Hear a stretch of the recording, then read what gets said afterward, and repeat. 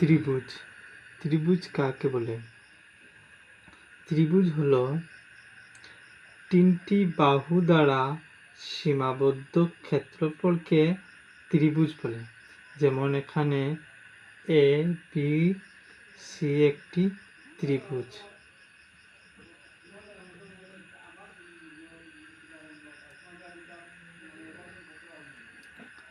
ত্রিভুজ হলো তিনটি বাহু দ্বারা সীমাবদ্ধ ক্ষেত্রফলকে ত্রিভুজ বলে। ত্রিভুজকে আবার কয়েকটি ভাগে ভাগ করা হয়। যেমন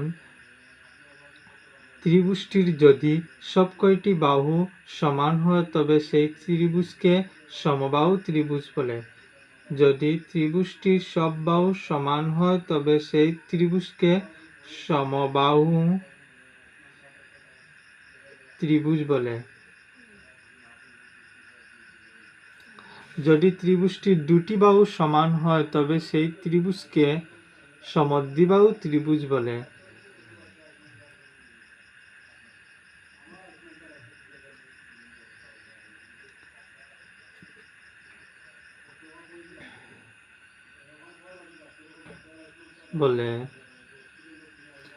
যদি ত্রিভুজটির একটি বাহু সমান না হয় তবে সেই ত্রিভুজকে বিষমবাহু ত্রিভুজ বলে।